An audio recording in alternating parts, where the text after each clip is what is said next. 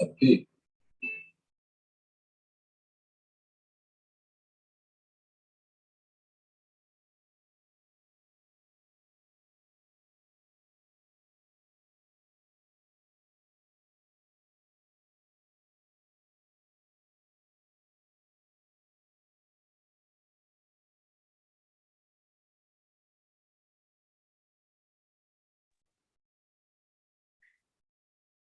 Okay, good afternoon, everyone.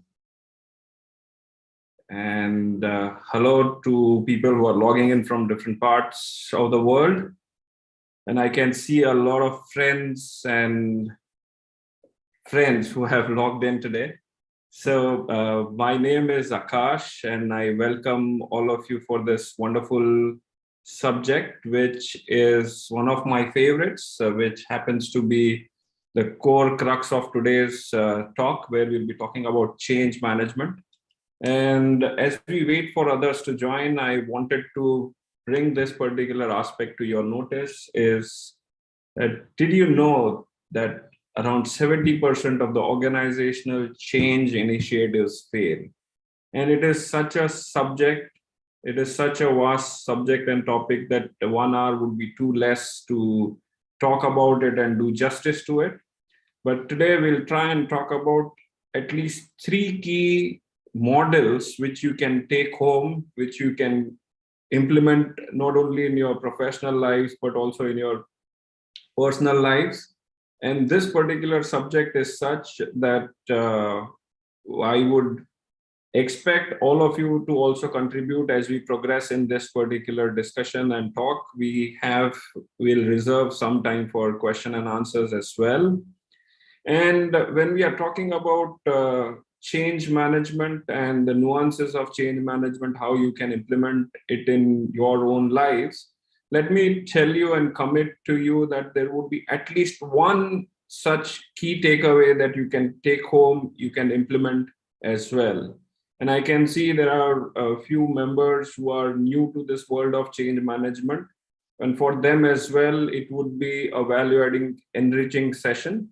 The reason why I'm saying so is because today I'll be spilling some beans. Today I'll be sharing some secrets, what our consulting team has also been implementing at client sites. So with that, I think we can go ahead. We are already 5 minutes past the time. Let's start.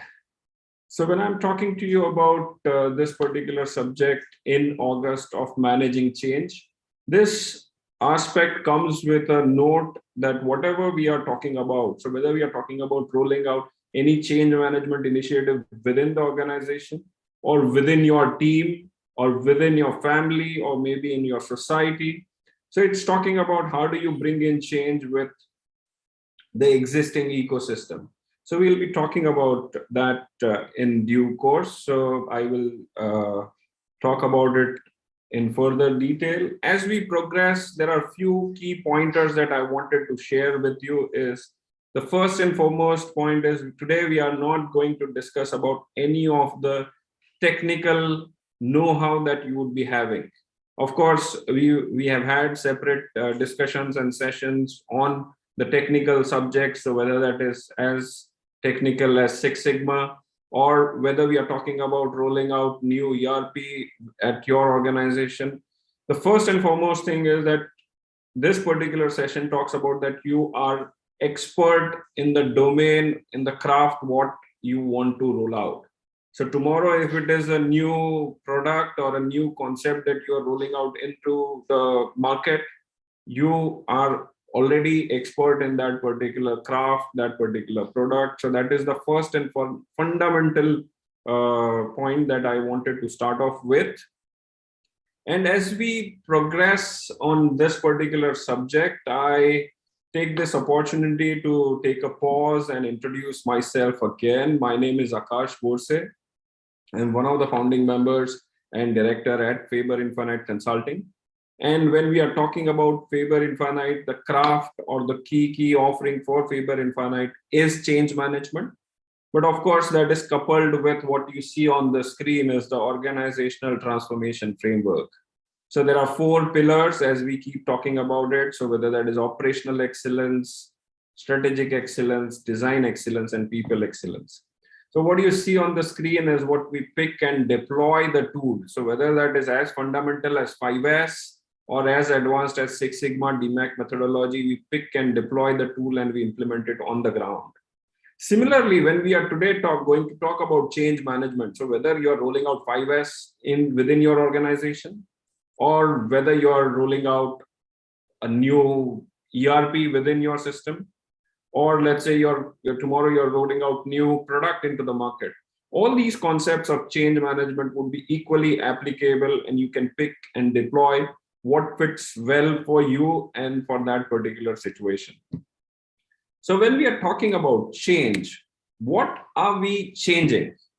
What are we looking to change? Let's answer this fundamental question. And I know there are a lot of friends who are already logged in, and I keep talking about several anecdotes. I keep talking about several stories about change. But when we are talking about change, can I request somebody to admit Harsh? Yeah, okay. Right, yeah. So when we are talking about change, we are talking about habits. And there are several habits that we talk about, whether that is in our personal lives or professional lives. So let me share one of the anecdotes that is one of the real stories. Like, we were working for one of our clients, and this particular client had a situation while entering. You had to hop the gate, reason being there were few potholes and there was a pole which was lying on the way. Now everybody got into that habit of hopping and jumping. One fine day, the pole was gone, the potholes were gone, but still people continued that habit of hopping and jumping the gate and the door. The point what I'm saying is, basically all these habits are result of certain actions that we keep doing on a regular basis.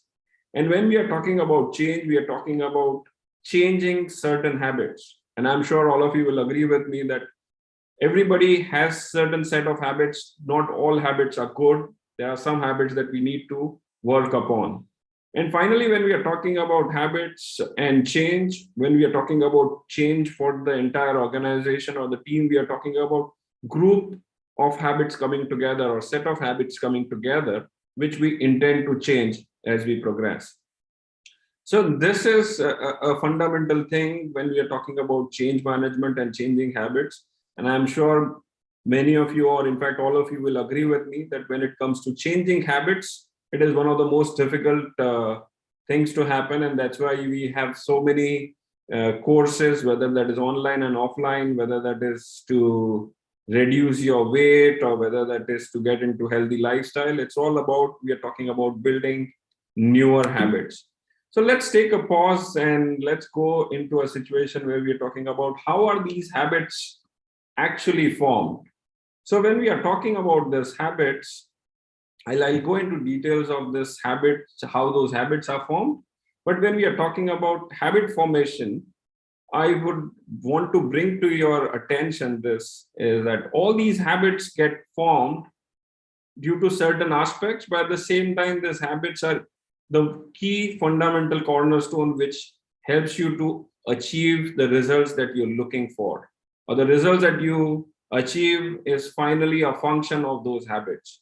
So that's where these habits are very, very important. So whether we are talking about, say, a healthy body, we are talking about good, healthy habits that one needs to follow. And same applies to our professional world as well. So where we are talking about, say, seeking or achieving those results, whether that is achieving the sales numbers or whether that is achieving the cost numbers, there are certain organizational habits or processes that one needs to follow. And finally, that's what I wanted to talk to you about, that all the habit formation or change management is extremely important because we are looking to drive certain results. Each one of us has certain goals and targets, whether that is personal or professional life, we would want to achieve them. So let's talk about how those habits are formed. So there are a few elements that I wanted to share with you before we jump onto those 3 models of change management. So the first one, when we are talking about habits, why do we form certain habits? So that's where I wanted to share the first anecdote or the first story when it comes to change management. The story goes such that I was at one of the star hotels where I was waiting for one of our clients. And as I was waiting for the client, I have this habit of uh, picking up a toffee, which was in my pocket. I picked up a toffee and I was having it. And when I was done with the toffee, what do you think I would do with the wrapper when I was in the five-star hotel, lobby of the five-star hotel? The obvious answer is that I would go and look for a dustbin or a scrap bin where I'll go and throw it. But the same me, if I am at a lane down the road in the market, I would not bother to look for the dustbin and I'll go and throw it away anywhere. That is a typical thought process what any individual would have. Now, the reason why I'm talking about this two situations is that there is no policing which happens at any of these locations, but still the same me, the same action of me having toffee and then dropping the wrapper, the counter action is different or the follow-up action is different. The answer to this particular situation, why is it different, is if I were to answer it for you, it's primarily the environment. And it is a fundamental thing when it comes to change management that if you're looking to change certain habits, look to change the overall environment for that particular set of individuals. And that's why when we talk about continual improvement, operational excellence journey, the first and foremost thing comes into play is where we go and implement 5S, whether you want to implement TPM or whether you want to implement, say, Six Sigma. The first and foremost thing that we start off with is 5S. And something similar happens that when we were talking about initiatives like Swachh Bharat Abhiyan, so it was primarily to drive a physical workplace improvement. And same applies to any situation. Let's say if I were to talk about tomorrow, you want to get into a habit, a newer habit of starting, say, jogging every morning. So basically, all these change management leaders and philosophers, they have been talking about changing the environment. So if you are making certain changes in your environment, which will encourage you to pick up your sport shoes and go for the jog, is where you are taking that effort to change the environment. Something on similar lines, if I were to talk about the next element which drives change, is what are we measuring? So that's where what you see on the screen. I wanted to share one real story of my daughter. And when we are talking about habits, the first and foremost thing that comes to us is brushing your teeth twice a day. That's a fundamental habit that each and every individual should get into. But then forming those habits is a challenge during early days. And that's where when I'm talking about this particular episode is when my 7-year-old or 6-year-old kid, she was being taught to brush her teeth twice a day. So that's where I would say my wife, she was insisting that you should brush your teeth twice, once in the morning and the second in the evening while you go to the bed. Morning is fine. Everybody does that. But then evening habit is what one needs to check. And that's where my wife, she was checking on her. And the first fundamental thing what she did is that she asked her, did you brush your teeth in the evening? Of course, the answer was a big yes. But then to check on that, my wife, she asked that go fetch your toothbrush. Such that my wife was looking at checking the bristles of the toothbrush, whether they are wet or not. Now, the point what I'm driving here is that day, my daughter, she learned a very important lesson on change management, where we are talking about measurement. And something similar I would want to drive is when we are talking about measurement in our day-to-day routine operations as well. What are we measuring? So whether it is in terms of how much production startup that we do, or how much is the order completion rate, or how much is the 5S audit score. It all depends on what are we measuring. And same thing applies in the domain of marketing and sales along with operational excellence. So it is very, very critical to identify the key parameters, what one is going to measure. And the last but not the least is I would want to talk about the process and standards. So I was just talking to somebody in the morning. When we talk about results, results are a function of the process that we follow. And once we are setting up the right processes, you actually get into the habit of following those processes.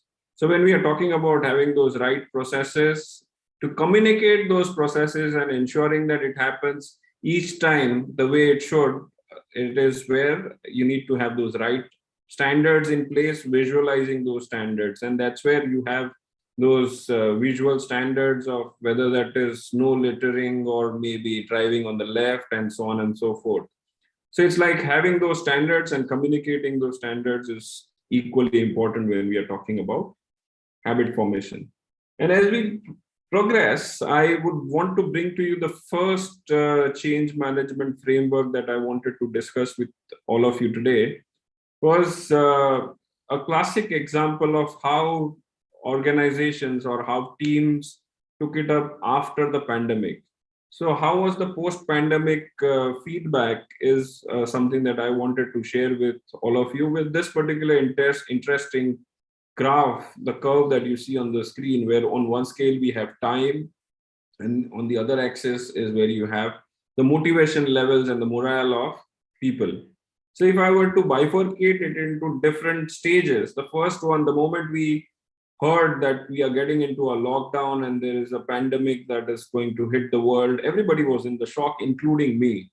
And people were not very much believing in it. So people were denying it. So that this, how could this happen? This has not happened maybe in 100 years. This is something which is impossible. And that's where people were in state of shock and denial.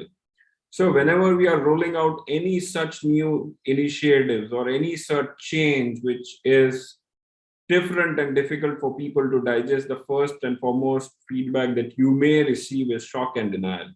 And that's where it is very, very important for different change leaders to create a situation of alignment and fostering security. So that's where you align all your resources and you communicate and you talk to all your people that what is it that we can expect.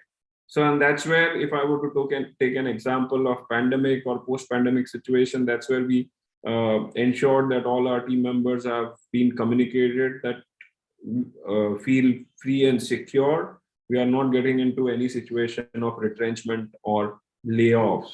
So making your stakeholders feel secure is very, very important whenever you are rolling out any change management initiative. The next one, the next state of feeling or typical human mind is where people get into frustration. Then that's what happened when we were talking about lockdown. People were at certain point of time, maybe 2 weeks in the lockdown, people were frustrated that what is it that we should be doing now? And same applies when we are going in for any change, that people may get frustrated. And that's where you need to get into maximizing communication. And similar way, we had several town hall sessions for our team. Is my screen visible? I just lost my screen. The screen is visible? Yeah, it's visible, sir. Okay, thank you. So I was talking to you about people getting frustrated, and that's where we have to maximize the communication. And let me tell you, when it comes to communication, whatever we communicate, it is only 1/10 of what gets communicated to the team. So the moment you think that you're done with your communication, I think that's the starting point where you need to go ahead aggressively in terms of communication. The next one is the next situation is when if I were to talk about this, is that that's the final low trough where people get depressed when it comes to any change. And that's where same thing happened during pandemic as well. And that's where to counter that depression is where people organizations or teams started activities to spark motivation, and something similar was done at our organization as well, as where you have several engagement activities, and something similar was done by our honorable prime minister as well, where he started those initiatives of maybe uh, say lighting a lamp and such activities, what he did to applaud the healthcare workers or frontline workers. And same thing, I would say, whenever you're bringing in change, you need to take up such initiatives to engage and motivate team members as well at the right juncture. The next I would want to talk to you about is the moment you reach to that stage is where people start experimenting and starting to accept this newer way of working or newer way of life. And that's where you come up with different methods, newer standards, and that's where you need to encourage and develop capability, whether it is to train people and ensuring that trained people further go down the line and train more people and communicate to them. So that's where developing capability is extremely important. And that's where the next part is where you get into decision, identifying what worked well and what did not work. So, and you get into a plan where you get into integrating what worked well, and maybe that's where you get into a situation of horizontal deployment. So that's what I was talking to you about, sharing the knowledge.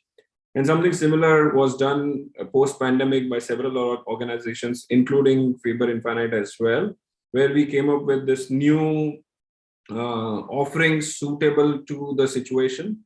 And those were later integrated into the mainstream as well.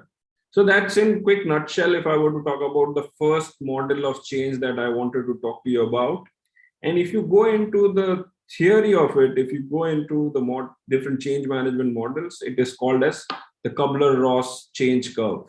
So whenever you bring in any change, whenever you are talking about whether that's rolling out new ERP or maybe the new product, this is a typical scenario. What comes in, one needs to come up with countermeasures for each stage. The next one that I wanted to talk to you about is something which is very, very core to our consulting offering as well. We take pride in calling ourselves as change management experts. That's what our bread and butter is. And that's what you see on the screen is the first or the second model that I wanted to talk to you about, is in terms of how do you manage complex change? How do you ensure that each change initiative is successful? And if I were to talk about the first element, what I would want to bring to your notice is having the right vision. And how do you ensure that it is communicated to all your stakeholders? So what will the future look like is the first and foremost question that one needs to answer. And let me tell you, if that is not answered, it will lead to confusion. So how are we going to ensure that we have the right vision and we communicate it in the right fashion? And that's where I would want to share a few real life stories and real life examples, starting with Martin Luther King.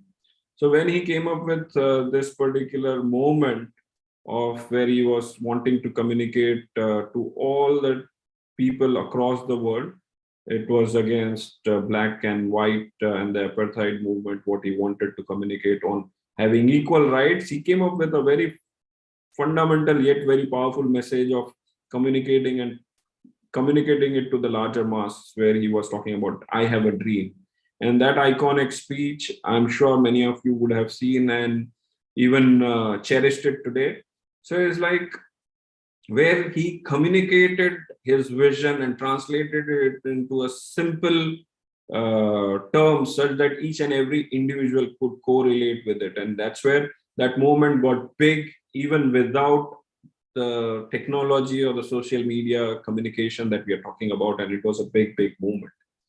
Something on similar lines, today I'm not, of course, going to talk about politics, but something on similar lines happened with our Honorable Prime Minister as well, when he communicated his agenda. Of course, I'm not promoting any political party here, but then his agenda where he made it very simple and crisp for everybody to understand. So whether that is campaigns like Swachh Bharat, or whether that is campaigns like Congress Mukt Bharat, or whether that is campaigns like Make in India, all those campaigns where he made his vision very clear and easy for each and every individual to understand.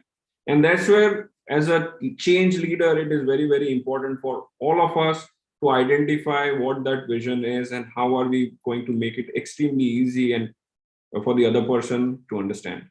If I were to digress from the world leaders, and if I were to talk about something to do with the Indian marketing scenario, what you see on the screen very recently, or I would say in the past, we have had several such film and movie stars talking about different products. But then if you observe closely, all of them are talking about the end vision, what you can expect. Like, for example, we have had those television commercials where everybody was talking about the ed tech world, the education and the virtual training for the students, or maybe the technology classes for the students virtually, and everybody was talking about getting into a software, becoming a software icon. But then it's like everybody was selling the end result, the vision, where you're talking about what you can expect from this particular change.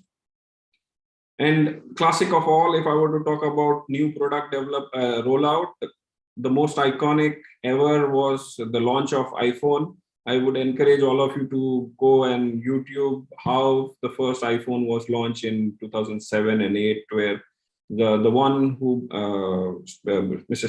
Steve Jobs, who is icon of bringing in change, where he rolled out the new iPhone and where maybe he ordered 5,000, 7,000 coffees online over the phone, first time ever. So I'm talking about making it much more dramatic and visual for the other person to understand the vision. And same thing applies to any change that you're bringing in. So I would go ahead with the next second aspect that I wanted to talk to you about is the skills. And the second element, if you're looking for successful change initiative, is that what are the skills that would be required and how are you going to transmit or train people on those skills? If that is not done, you may expect people would be anxious, people would be worried, because let's say tomorrow you're talking about coming up with a new ERP, and the first and foremost thing that we have seen in several organizations where people are not conversant with the existing computer software or technology, and you're talking about a newer one. Or it could be as fundamental as understanding and speaking the language that the other person is talking, and that could be language of English, or that could be the language for the technical tools that we are talking about. So my point that I want to drive here is that ensuring that all those skills are imparted which would be required for any change that you are rolling out. And how do we make it as easy as I would say butter for the other person to understand, is something which is very critical. And that's where as an organization, wherever we take up so many change initiatives, training comes as a part and parcel of any initiative or engagement that we have. It is also further extended in terms of how do you train the entire critical mass, and where we can get into train the trainer program as well. So the point that I wanted to drive to you was about what are those elements for managing complex change. We have spoken about two of them. With that, let me progress to the next element. I hope we are together. Any questions, any thoughts that you would want to share, please, you can raise your hands and I'm sure we can take care of them. Right, okay. So I go to the next part, is where we are talking about the next element that would be required is incentives. So when we are talking about incentives, we are not talking about the compensation, but we are talking about identifying what is in it for me. If I am able to identify and answer that one, we would be taking care of the resistance that we might face for that change. And that's where identification of those incentives and rolling it out at the right time. And when I say incentives, I'm not talking about financial incentives only. So using those incentives as reinforcement and not drivers is very, very important. Now that's where you need to come up with the mechanism of not only measuring what is important, but at the same time rewarding the right people in the right perspective. I've seen so many organizations in the past where, when it comes to incentive, if one person gets an incentive, everybody is incentivized in the same fashion, in the same quantum, irrespective of the performance. Now, that's where it's a very, very risky proposition where you get into a situation where the performers are happy, but at the same time, the underperformers are more happy. The performers may get disappointed. So that is something when it comes to incentive. The next element that I wanted to bring to your notice was resources. Now, once we have agreed that this is what we want to roll out, whether that is new ERP or let's say 5S, as fundamental as 5S. Once we have agreed, we have trained all the team members, we have incentivized them, we have told that if this is your 5S score, you would be rewarded.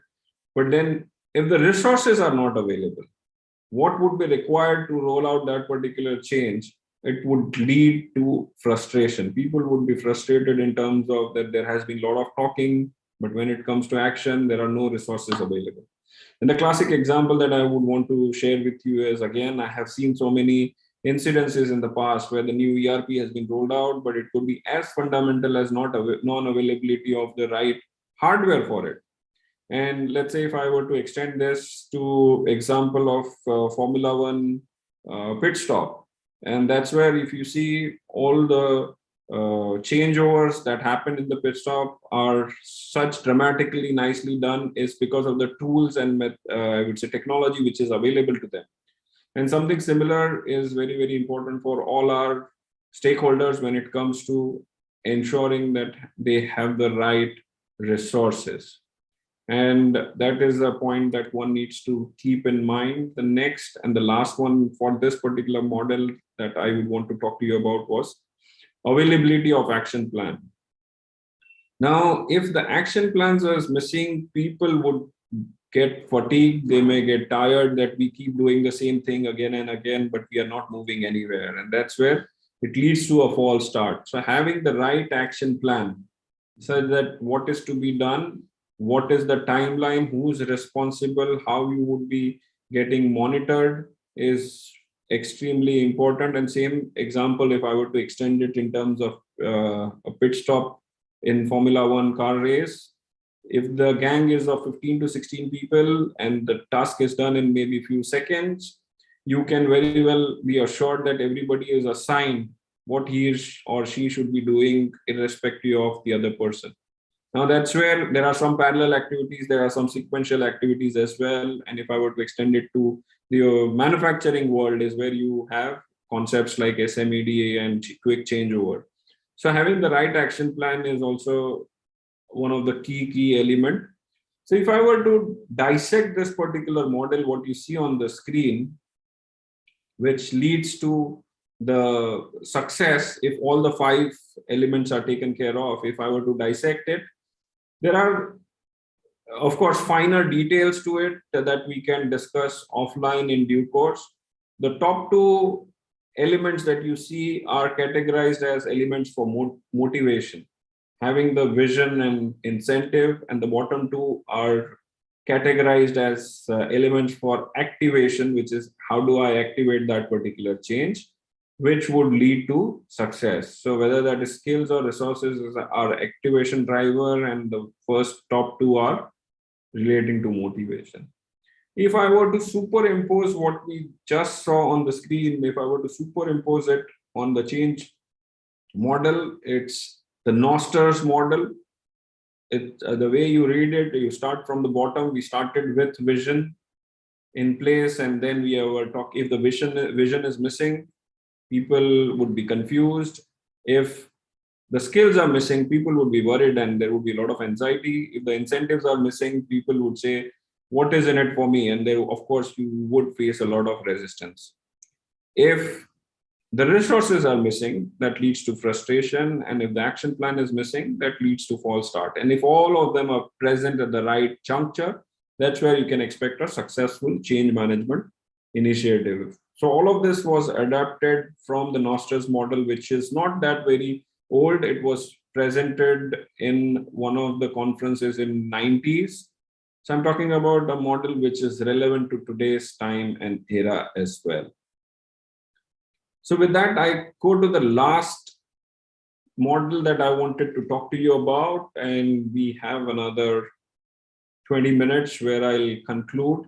So when I'm talking about this particular last model that you see on the screen, if you map, say, a group of people, say 100 people, what you would expect is there would be few people who would be negative, who would be termed as laggards. If I were to broadly categorize them as 20% of them, there would be 20% who would be enthusiasts or who would be called as early adopters. If you're coming up with a new iPhone or maybe a newer trend or fashion in the market, or maybe 5S in the organization, there would be few people who would be adopting it early. So there would be 20% of them who would be positive, 20% of them would be negative, but then 60% of them, which would be called as fence sitters, they would be sitting on the fence and they'd be looking at what we need to do, where do I follow?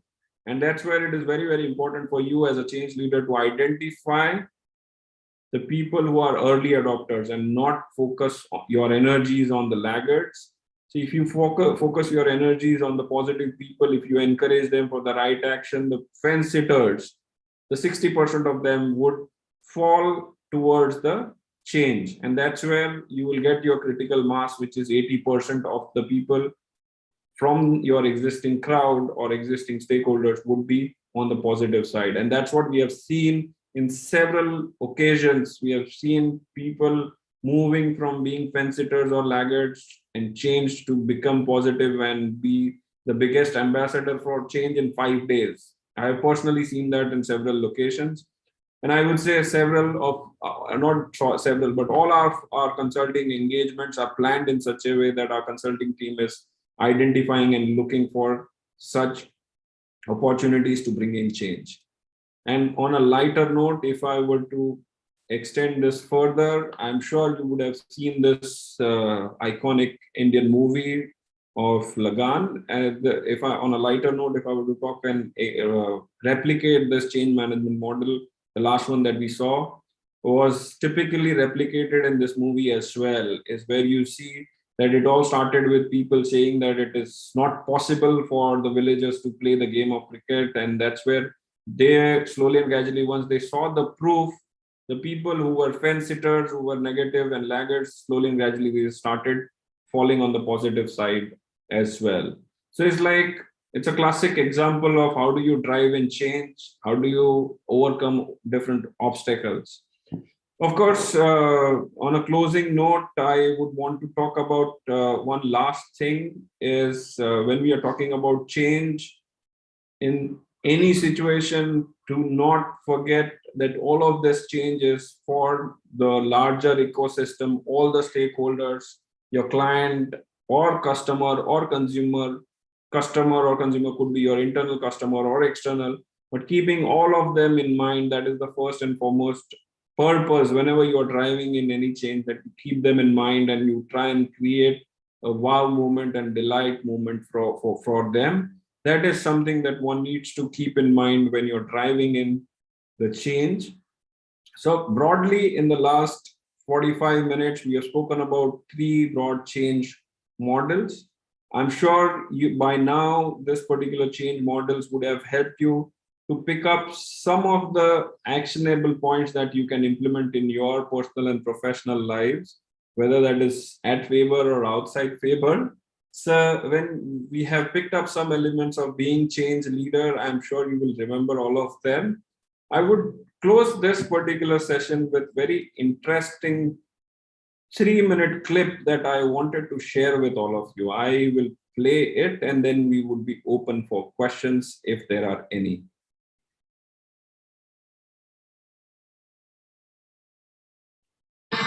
If you've learned a lot about leadership and I suppose it is visible and it is audible. Yes, okay. I've got a nod. making a movement, then let's watch a movement happen start to finish in under 3 minutes and dissect some lessons. First, of course, a leader needs the guts to stand alone and look ridiculous. But what he's doing is so simple, it's almost instructional. This is key. You must be easy to follow. Now here comes the first follower with a crucial role. He publicly shows everyone else how to follow. Notice how the leader embraces him as an equal. So it's not about the leader anymore. It's about them, plural. Notice how he's calling to his friends to join in. So it takes guts to be a first follower. You stand out and you brave ridicule yourself. Being a first follower is an underappreciated form of leadership. The first follower transforms a lone nut into a leader. If the leader is the flint, the first follower is the spark that really makes the fire. Now here's the second follower. This is a turning point. It's proof the first has done well. Now it's not a lone nut and it's not two nuts. 3 is a crowd and a crowd is news. A movement must be public. Make sure outsiders see more than just the leader. Everyone needs to see the followers because new followers emulate followers, not the leader. Now here come 2 more people, then 3 more immediately. Now we've got momentum. This is the tipping point and now we have a movement. As more people jump in, it's no longer risky. If they were on the fence before, there's no reason not to join in now. They won't stand out, they won't be ridiculed, and they will be part of the in crowd if they hurry. And over the next minute, you'll see the rest who prefer to stay part of the crowd, because eventually they'd be ridiculed for not joining. And ladies and gentlemen, that is how a movement is made. So let's recap what we've learned. If you are a version of the shirtless dancing guy, all alone, remember the importance of nurturing your first few followers as equals, making everything clearly about the movement, not you. Be public, be easy to follow. But the biggest lesson here, did you catch it? Leadership is over-glorified. Yes, it started with the shirtless guy, and he'll get all the credit, but you saw what really happened. It was the first follower that transformed a lone nut into a leader. There's no movement without the first follower. See, we're told that we all need to be leaders, but that would be really ineffective. The best way to make a movement, if you really care, is to courageously follow and show others how to follow. When you find a lone nut doing something great, have the guts to be the first person to stand up and join in.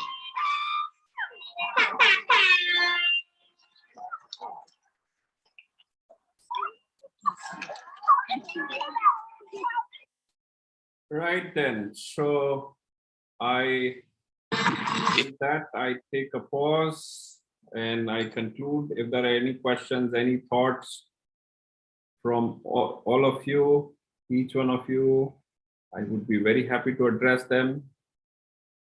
I can see all known faces which are around.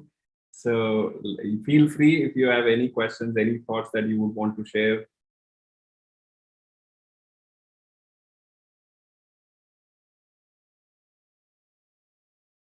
I can see Rajendra ji, I can see Ankit bhai, I can see Amay. Right, so yeah, so if there are no questions, no comments, no thoughts, we can take a pause.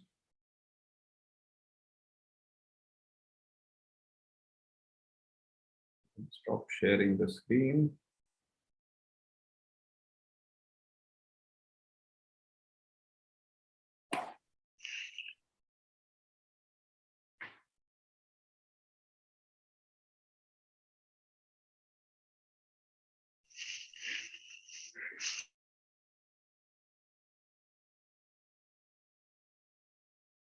I hope the screen sharing is stopped. So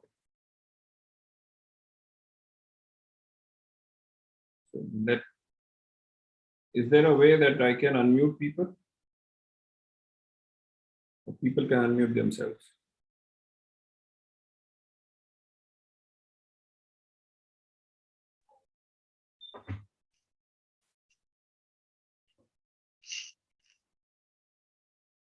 Hello.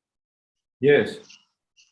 Good evening, sir. So, thanks for the. How are you? Yeah, I'm doing fine. Thanks for this presentation. I have one very, I think, crucial question when it comes to change management. When we talk about change management, we believe that it is also a continuous process. It's not Yes, like it's a one time. Okay, it yes. needs to be done continuously because the improvement comes continuously. So, how do we fix these long term goals for change management? In a short way, like how do we build a culture of change management among everyone? And whenever there is a change in the organization, small or big, everyone is ready and accepting it. Right. So, as in, you have asked too many questions, and let me tell you, all of them are very difficult questions. But then let me attempt to answer them. So, when we are talking about change, of course, it's a continual process. It will not be a one-time activity. And as we progress, it's like, how do you address different stages of change? In my opinion, it will be the key.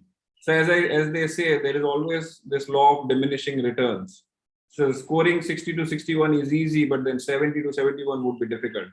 And that's where you need to look for different drivers, whether that is as fundamental as, let's say, having what incentive plan or scheme that I would be having at the beginning of the journey, or maybe at the back end of the journey of that particular phase, is also very, very important. And that's where having the right consulting partner or having the right consultant is very important. And that applies to, say, our individual bodies as well. So let's say if you're talking about fitness trainer, or whether you're talking about an organizational coach, having him or her who is qualified and equipped to take care of all such nuances is very important. So that is something that I would want to talk to you about. The first part of your question that you raised. If you can help me and repeat the second question, or the second part of the question that you mentioned. It's about like how can we make everyone aware that the change management is a continual process and changes will come not only once but many times in organizations. So everyone needs to be ready for it and accept it and build a culture around change management.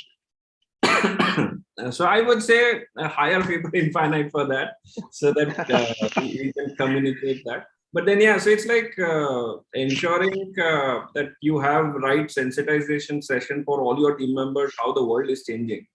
And now that I can mention this in this forum as well, I've seen so many feedbacks from our clients where the production or the operation team keeps saying that पहले अच्छा था, पहले we used to get long order runs, but अभी time change हो गया है, marketing team समझता नहीं है. But then communicating the market requirement or the customer requirement is very important, because what customer is asking for, if you don't fulfill, the others would fulfill. And that's where you need to have such sensitization sessions on a regular basis, how the markets are changing, how the customer demand is changing. Whether that is in terms of the, say, it could be as simple when I'm talking about this order sizes, or it could be in terms of that, say, people are no longer interested in round biscuits and you need to come up with square biscuits, for example.